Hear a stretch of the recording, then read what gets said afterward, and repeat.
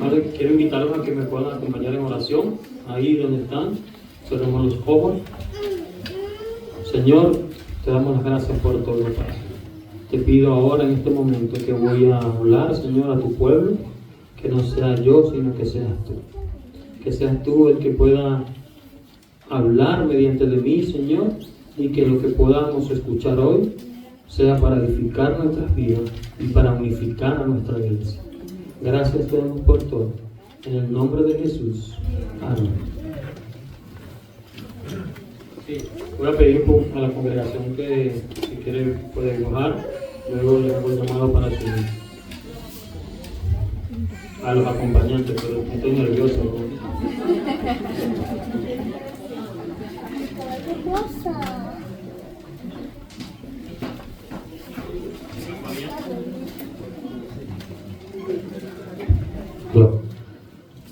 Voy a hablar de algo que ya se ha hablado en la mañana, en la semana, al comienzo de la semana tengo este tema preparado hace mucho tiempo, y en la semana me preguntaron de qué iba a hablar.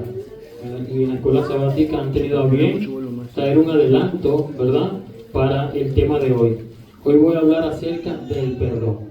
Y he titulado el tema de hoy, perdonar no es una opción. Perdonar no es una opción, hermanos. Quiero empezar diciéndoles que el perdón es reconocer que alguien cometió una ofensa contra ti, pero también es dejar atrás el deseo de vengarte. Una de las mayores dificultades en nosotros los seres humanos es perdonar a quien nos ha causado algún mal. A ninguno de nosotros, o a no todos, nos enseñan desde pequeño a perdonar. No siempre nos enseñan que debemos perdonar. Tampoco lo vemos en el colegio, tampoco lo vemos en la universidad. Lo vemos aquí en la palabra del Señor. Un estudio realizado en el Hope College de Michigan, ¿sí?, hace unos años, a través de 71 voluntarios, se les pidió que recordasen como parte del experimento alguna experiencia negativa, alguna herida que algunas personas o una persona le haya lastimado desde lo emocional. ¿Y saben qué pasó? En ese momento que ellos recordaban específicamente lo que se les estaba pidiendo relacionado a lo negativo, se registró lo siguiente: aumento de la presión sanguínea, latidos del corazón muy acelerados, tensión muscular aumentada. ¿Y saben qué, hermanos? Estas son reacciones idénticas que se generan cuando el ser humano tiene rabia. Y cuando les fue pedido lo contrario, ¿sí?, que se imaginasen que estaban perdonando a esas personas que les habían causado una herida, se mostraron más calmados, con la presión sanguínea estable y el ritmo cardíaco mucho más estable. Es impresionante, hermanos, cómo un evento, como una herida en la vida puede o no nos permite avanzar. Y es que lo que guardamos en nuestro corazón se refleja en nuestras vidas. Dice que a través de estos estudios pudieron determinar algunas enfermedades, ¿sí?, que pueden generar a través de la rabia, el rencor, el deseo de venganza. Y está dolores de cabeza, dolores de columna, náuseas, pérdida del apetito e insomnio. Qué grave, hermano, ¿no? Cuando estamos llenos de rabia, estamos sufriendo todas estas cosas. Hoy vamos a hablar algo fundamental, ¿sí? Algo fundamental que es escaso en nuestras vidas, pero que es escaso aquí en nuestra iglesia. El perdón escasea aquí en nuestra iglesia, y ya vamos a ver por qué. Como sabemos, algunas veces nosotros hemos sido heridos, ¿sí? Aquí, ¿quién no ha sido herido? Que levante la mano. ¿Quién no ha sido lastimado? Todos hemos sido lastimados, ¿verdad?, por alguien. Pero todos también hemos lastimado a alguien. Tal vez de manera inconsciente, pero también hemos lastimado a alguien. Hoy veremos el perdón como una necesidad espiritual, emocional, ¿sí?, y relacional. Voy a hablar de ella ¿sí? Que se llama Corrie ten Boom. No sé si algunos la conocen.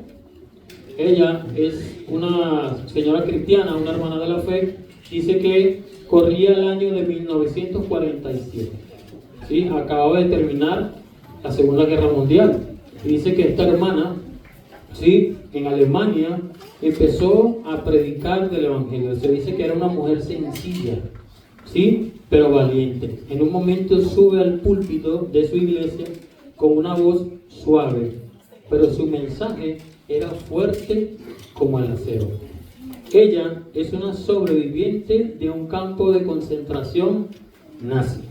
Esta mujer, junto a otras personas, había sufrido de hambre, de frío, la habían maltratado, la habían ultrajado y había sido testigo ocular de la muerte de su hermana Bestia. Dice que años después de la guerra, Corrie viajó por toda Europa predicando el mensaje sobre el perdón. Dice que en una de sus charlas en Alemania habló del amor de Dios y del poder del perdón, incluso hacia quienes nos han hecho un daño imposible de hacer para el ser humano. Dice que al finalizar su mensaje, un hombre se acercó a ella, ¿sí? ¿Se imaginan quién es? Era un guardia, hermano, uno de los guardias más crueles del campo de concentración. Dice que en ese momento el hombre se acerca a la hermana Corrie y extiende su mano, ¿sí? Y dice: gracias por su mensaje, me alegra saber que nuestros pecados están en el fondo del mar. Quiero decirle que yo también me he entregado a Jesús. Jesús me ha perdonado, pero ¿puedes tú perdonarme?, le dice a la hermana Corrie. Este guardia había sido fundamental en todo lo que había sufrido en el campo de concentración. ¿Puedes tú también perdonarme? ¿Saben qué hizo la hermana? La hermana se quedó paralizada. Sabía que debía perdonar. Había predicado unos minutos atrás acerca del perdón. Había predicado de que el odio y el rencor debían salir de nuestros corazones. Pero el odio y el dolor eran real en sus corazones, tanto así que guardó silencio. Dice que en ese momento ella oró y dijo: Jesús, no puedo perdonarlo, pero tú sí puedes. Dame tu perdón. En ese momento dice que mientras ella estrechaba la mano de este guardia, sintió algo sobrenatural que recorría su brazo, ¿sí? Y le dijo al guardia: Dios sabe que mi dolor es grande, pero yo te perdono con el perdón que Cristo me ha dado. Yo te perdono con el perdón que Cristo me ha dado. Hermanos, el perdón no es una opción, es un acto de la voluntad. Y la voluntad puede funcionar sin importar la temperatura del corazón. El perdón no siempre es fácil, pero es posible en Cristo Jesús. No se trata de sentir, sino de decidir.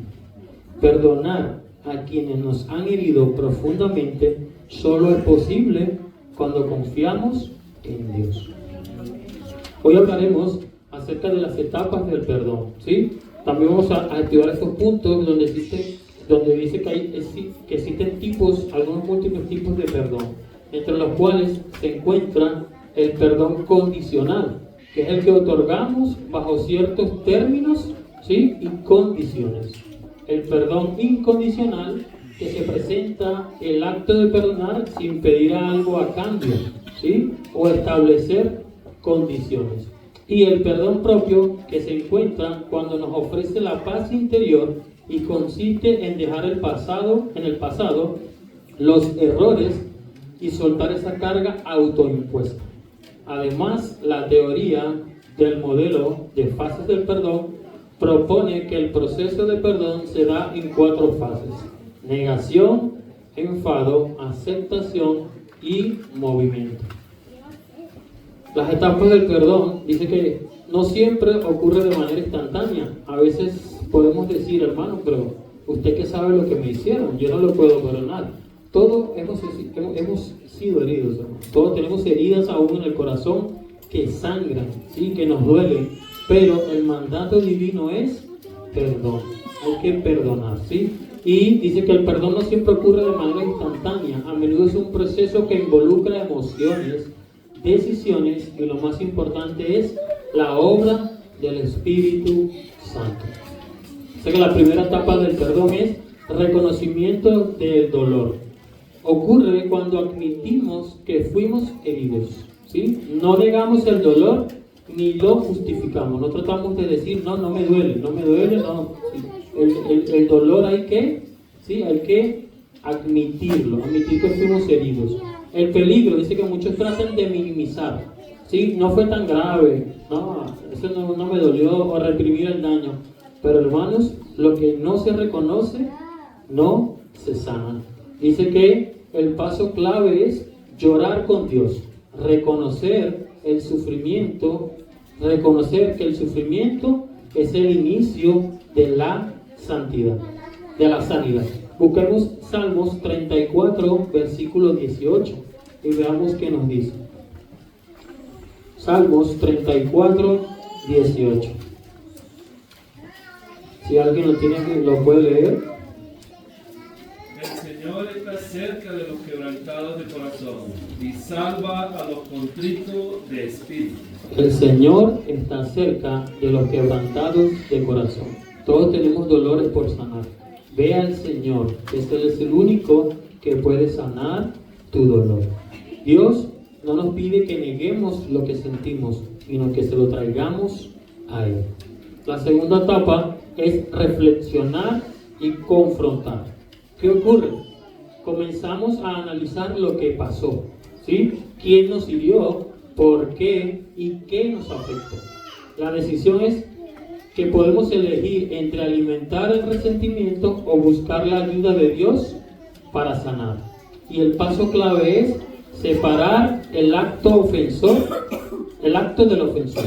Ver la situación con objetividad, incluso si el dolor sigue. Lo que debemos entender, hermanos, es que todos somos pecadores y que todos somos necesitados de la gracia del Señor.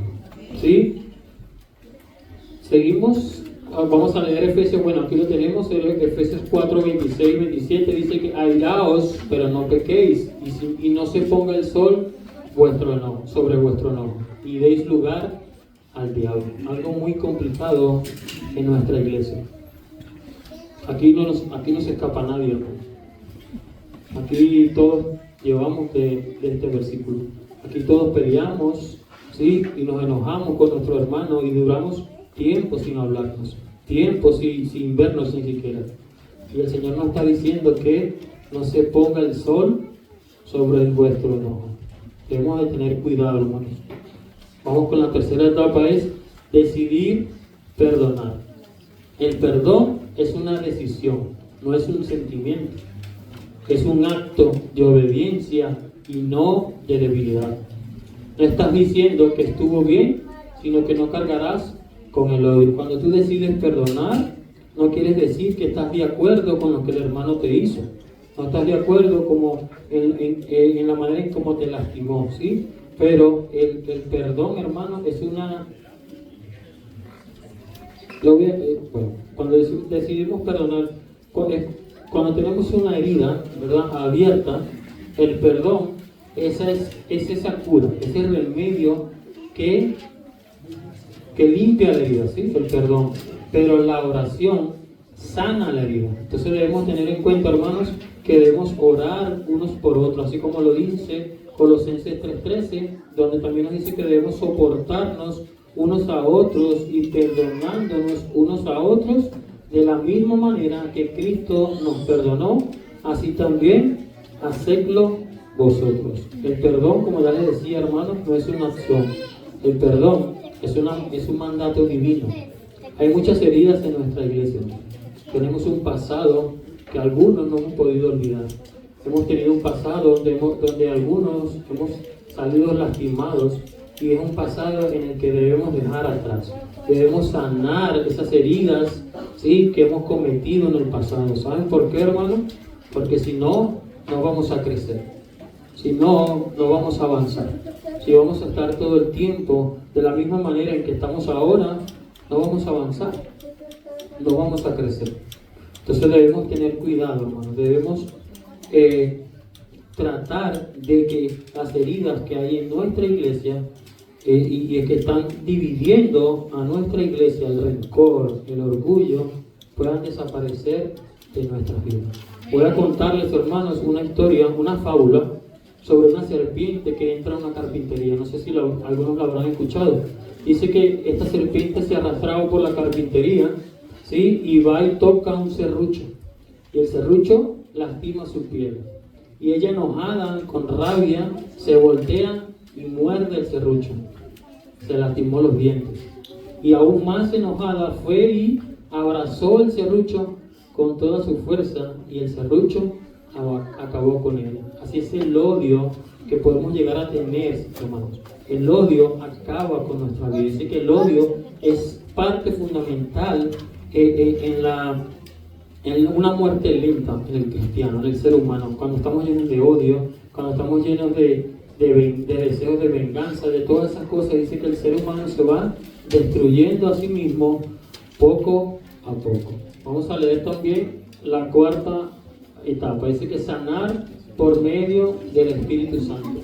El corazón se sana cuando dejas de desear mal y empiezas a orar por el bien del otro. Como les decía hace un momento, hermanos, el perdón es un remedio, ¿verdad?, que cura las heridas, que las cierra, pero la oración es quien sana la herida. Si hay un hermano que te ha lastimado, si hay un hermano que ha causado herida en ti, ora por ese hermano.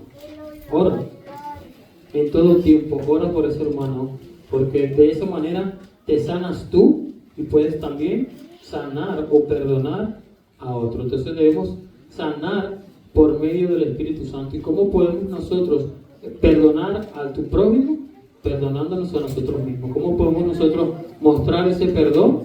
Sanando primeramente nosotros mismos. Dice que el Espíritu Santo empieza a sanar emociones, memorias y actitudes. Los frutos visibles son obvios cuando comenzamos a sentir esa paz que recorre nuestras vidas, sin ira y sin desear el mal de quien te ha lastimado.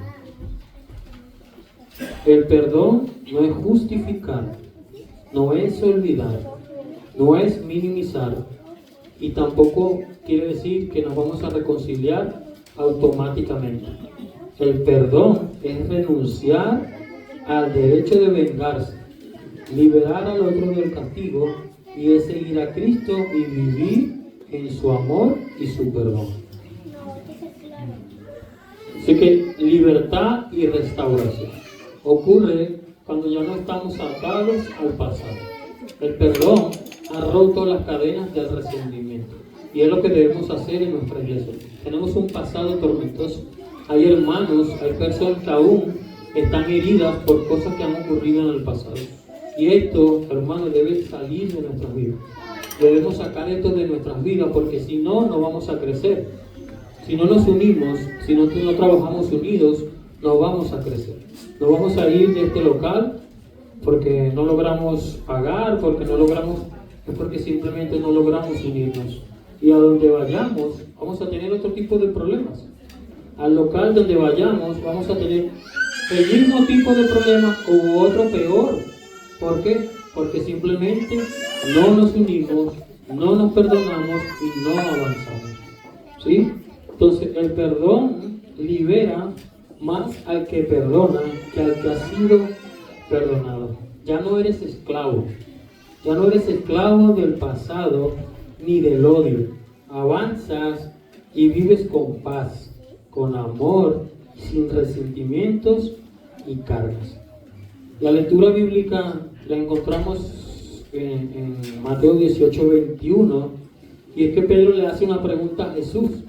Pedro le pregunta a Jesús: ¿cuántas veces debo perdonar a mi hermano que peque contra mí? ¿Hasta 7? Qué generoso Pedro, ¿eh? ¿Sabe que la cultura rabínica decían que eran tres 3 veces. Pero el generoso Pedro dijo, bueno, yo me voy a ir al número perfecto y voy a decir 7. Pero el Señor Jesús rompe el esquema y dice, no te digo 7, sino hasta 70 veces 7. Y esto no es simbólico, hermano. Esto es literal, ¿vale? El Señor aquí no te está diciendo que debes andar con la calculadora o con una libretita y decir, Dayana lleva 10, Marieli lleva 11, Yerina lleva 13. No, hermano. El Señor no te está queriendo decir esto. Te está queriendo decir es que el perdón es sin límites. Así como el mismo perdón que el Señor te da a ti, nosotros debemos darlo también al hermano. El perdón no tiene límites. Aquí tengo una flor o una rosa, como le quieran llamar. ¿Qué dan las rosas? Espinas, dice el hermano. ¿Quién tiene algo más por decir? ¿Qué dan las rosas? ¿Quién dijo? ¿Alguien por ahí dijo? Aroma, perfume, ¿sí? Perfume, aquí. Perfume. Nuestras vidas pueden estar reflejadas en esta rosa. ¿Sabían, hermanos? Yo puedo destruir esta rosa. ¿Verdad? Sí. ¿Ah? No, vale. Yo destruyo la rosa. Aún destruyendo la rosa, ¿qué me da la rosa? Perfume, ¿cierto? ¿Y saben por qué la rosa da perfume? Porque es su esencia. Y yo te pregunto hoy a ti, ¿cuál es tu esencia? ¿Cuál es tu esencia? ¿Saben que en la Biblia yo encuentro 2 historias de personas que dieron lo mejor de sí, aún cuando le pagaron mal, cuando le hicieron mal? El primero es José, traicionado por sus hermanos, vendido por sus hermanos, esclavo en Egipto por sus hermanos. Vivió cualquier cantidad de cosas en Egipto siendo esclavo. Estuvo a punto de morir, ¿sí? ¿Y saben qué hizo José cuando tuvo la oportunidad de vengarse? Dio perfume. Y el perfume es ese perdón, hermano, que puede dar tu corazón. El perfume es ese perdón que puedes dar a otros. Y el otro ejemplo es Jesús. Jesús es nuestro máximo ejemplo de perdón. Traicionado, escupido, humillado, ¿sí? Y aun cuando tuvo la oportunidad de hacer así y acabar con todos, dio perdón. Aún muriendo en la cruz, dio perdón. Dijo, Padre, perdónalos porque no saben lo que hacen. ¿Cuál es tu perfume? ¿Cuál es tu perfume? ¿Cuál es tu esencia, hermano? Es una pregunta que deberíamos hacernos hoy. ¿Cuál es nuestra esencia?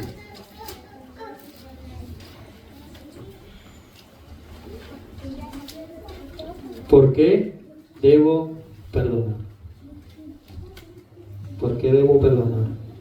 El primer punto es porque el perdón es el único remedio para sanar las heridas del corazón. ¿Me entiendes, Jesús? Patricia, Ana por aquí. ¿Me entienden todos? El perdón es el único remedio que tenemos para sanar las heridas del corazón. Cuando perdonamos, no quiere decir que apoyamos lo que la otra persona te hizo. No. Solamente estás poniendo una cura a la herida porque el único remedio es el perdón. El segundo punto es porque el perdón te hace bien primeramente a ti. Dice que cuando decides tener aquel sentimiento de ira y de venganza y de rencor, decides tomar un veneno que te mata lentamente. Es una muerte lenta, hermanos. Como esta historia que le voy a decir, dice que un día se presenta una mujer en el consultorio del doctor y el doctor le hacía exámenes y no sabía qué sucedía con ella. Y el doctor le pregunta, ¿Usted tiene algún otro tipo de problema físico? ¿Saben qué dijo ella? Sí, mi vecina. Esa es mi peor enfermedad. No la quiero, no la soporto. Y empezó a hablarle mal de la vecina y a decirle y a decirle y a decirle. ¿Y saben qué puso en el doctor en la receta? Puso, para ser sanada, usted debe perdonar. Y esta señora enfurecida dijo, no, prefiero morir antes que perdonar a mi vecino. Prefiero morir. Prefiero que me tomarme el remedio más asqueroso del mundo. Pero no voy a perdonar a mi vecino. Y es así, hermano, cuando no perdonamos a nuestro prójimo, es la semejanza de esto, es una muerte lenta. Es una muerte lenta porque nos llenamos de rencor, nos llenamos de odio y de venganza. Dice que el tercer punto es, el perdón te hace libre. Puede ser que tú estés prisionero en la vida. Y estar prisionero es tener rencor hacia un hermano, hacia una hermana, hacia tu padre, hacia tu hijo, hacia tu esposa. Este rencor te hace prisionero, te hace prisionero. Y solamente el perdón te hace libre. ¿Sí? El rencor te hace prisionero de ese sentimiento. Te amarra a esa otra persona y no eres libre. Y por tal motivo, por eso es que no avanzamos en la vida. Porque estamos amarrados a hacerle el daño mayor posible a otra persona. Y el cuarto punto es, todos necesitamos perdón. Si tú en algún momento vas a necesitar perdón, tienes que perdonar. No podemos romper ese puente del perdón. Si yo quiero que Dios me perdone, si quiero buscar el perdón vertical, tengo que dar el perdón horizontal. No puedo ir a Dios pidiendo perdón si yo no he perdonado a mi hermano. Vamos a buscar Mateo capítulo 6, versículo 12.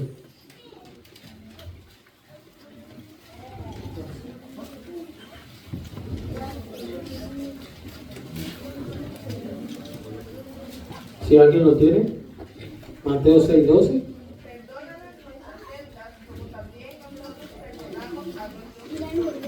Muy bien, la oración del Padre Nuestro. De esa manera el Señor nos enseñó a orar. Aquí dice que pedimos perdón a Dios porque nosotros también perdonamos a los que nos ofenden. Perdona nuestras ofensas, decimos. Hermanos, no hay perdón de Dios para aquel que no perdona a su prójimo. Y no lo digo yo, lo dice la Biblia. Si no perdono a mi hermano, Dios no me va a perdonar a mí tampoco. ¿Vale? Dirías, hermano, es difícil perdonar, ¿verdad? Es difícil perdonar a alguien que te ha lastimado, pero no he dicho que es fácil. El perdón puedes darlo ahora, pero la reconciliación no es automática o no puede ser automática. Pero solo Cristo puede restablecer relaciones. Solo Cristo puede ayudarnos a que las cosas sean mejores. Y es que el perdón es un regalo inmerecido. Cristo nos da el perdón a nosotros sin merecerlos, y nosotros también tenemos que darle el perdón a nuestro prójimo aún cuando no lo merezcan. ¿Sí? Dice que de nada sirve que Dios nos dé perdón cuando en nuestros corazones hay odio, rencor, resentimiento. Entonces Dios de esta manera no te perdona. Y por último, dice que el perdón que Dios nos da no es merecido. Así que el perdón que damos también a otros sin que la persona lo merezca o pueda merecer es inmerecido. ¿Cuántas veces tenemos que perdonar entonces? ¿Cuántas veces tenemos que perdonar? ¿Ustedes se han puesto a contar los pecados de cada uno en el día? Póngale 10 pecados diarios. Serían 70 semanales. Serían por 30 días de la semana. ¿Cuántos serían? Si 10 pecados diarios, serían 300 semanales, 300 mensuales, ¿verdad? 300 mensuales. El mes trae 30 días, algunos traen 31. Y multiplican ahora 10 pecados por 365 que trae el año. Ahora multiplícalo por 30 años. Toda esa cantidad de pecados, el Señor nos perdona. Entonces, ¿por qué nosotros no podemos perdonar a nuestros hermanos? ¿Por qué? Si el perdón inmerecido que nos da el Señor es inagotable, el perdón que nos da el Señor es ilimitado. Consejos para lograr perdonar. Coloca tu dolor en las manos de Dios. Romanos 12:19. La venganza es mía, dice el Señor. A través de Romanos 12:19. No tienes por qué vengarte. El Señor sabe que te han lastimado. Hay casos en el que tenemos que recurrir, ¿sí?, a fuentes gubernamentales y todas estas cosas, porque hay casos que se escapan de nuestras manos, ¿sí? Pero dice el Señor que la venganza es de Él. Dice que no estés descascarando la herida. Si ya perdonaste, no descascares la herida. ¿Saben qué es descascarar? Cuando te haces una llaga, no sé cómo nosotros le decimos llaga o roncha. Cuando te haces una llaga que ya se te está curando, vas y quitas la costra otra vez. Quitas la costra otra vez y la herida va a lastimarte nuevamente, ¿sí? Entonces, aquí lo que me dice es que no descascares. Si ya perdonaste, deja eso en el pasado. No vuelvas a mencionar o no vuelvas a pensar en lo mismo. Traigo un sinónimo que es rumiar. No rumees en la herida, no rumees en el pasado. Y rumiar es lo que hacen los animales. Sí, los animales, la palabra rumiar la encontramos en algunos animales que comen, ¿verdad? Y como no digieren, vuelven a comer. Vomitan y se la vuelven a comer. No rumees en el pasado. Y en el lenguaje psicológico dice que rumiar es darles vueltas a un pensamiento, a una idea o a un posible problema de casi manera obsesiva, provocándote cierto malestar y haciéndose realmente complicado salir de esa situación. Lo otro es que no necesitas sentir para perdonar. No necesitas sentirlo. No necesitas sentir que debes perdonar para perdonar. Como decía al principio, el perdón no es una opción, es un mandato divino. Y así, si no tienes el deseo de perdonar, hazlo. Porque si no lo haces, estás yendo en contra de lo que el Señor te manda hacer. Dice que es una decisión que si esperas sentir o vas a esperar sentir, nunca vas a perdonar.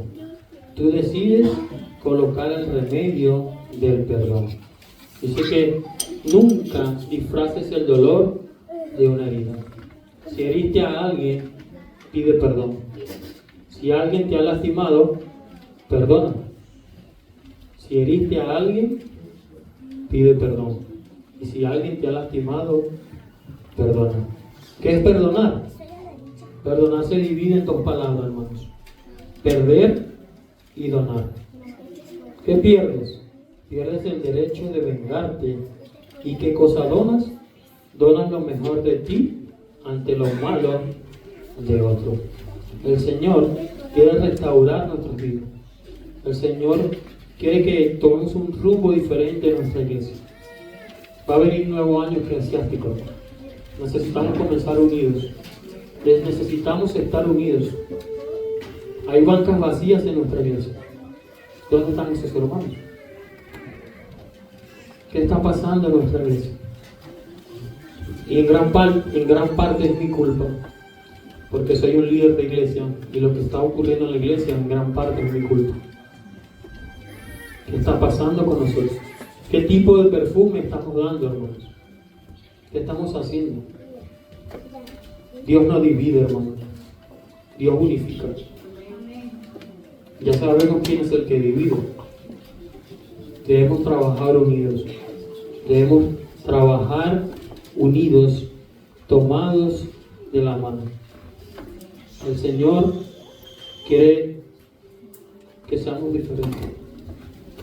Somos una iglesia grande, una iglesia que está llena de cualquier cantidad de personas de cualquier cantidad de países. Tenemos diferentes caracteres, tenemos diferentes maneras de pensar, pero tenemos un solo Cristo y tenemos un solo objetivo, y ese objetivo es llegar a la Canaán celestial. Y no lo vamos a lograr, hermanos, si estamos llenos de odio y de resentimiento. Hermano, puedes odiar, puedes llenarte de odio, puedes hablar mal de tu hermano, puedes hacer todo lo que quieras, pero así no vas a llegar al cielo. De esa manera no vas ni a entrar, ni siquiera tocarás la puerta de la Nueva Jerusalén. Si no cambiamos nuestras vidas, no vamos a salir adelante. Debemos trabajar unidos en nuestra iglesia. El Señor nos está llamando, hermano. El Señor nos está llamando. Y yo quiero comenzar por mí. Quiero comenzar pidiendo perdón a todas esas personas que en algún momento he lastimado. Y si es posible que se puedan parar aquí al frente, se lo haga ver. Quisiera que todas las personas que yo he lastimado en algún momento puedan estar aquí al frente. Yo sé que hay más. No estoy haciendo ningún show, hermano. Como líder de esta iglesia, debo poner la punta de lanza. Necesitamos un cambio en nuestra iglesia. Necesitamos un cambio de dirección en nuestra iglesia. Sé que hay más. Sé que hay más hermanos y hermanas que en algún momento de mi vida les he lastimado. Tal vez con una mala contestación, porque lo reconozco, a veces hablo mal, me expreso mal. Sé que hay más personas aquí que he lastimado.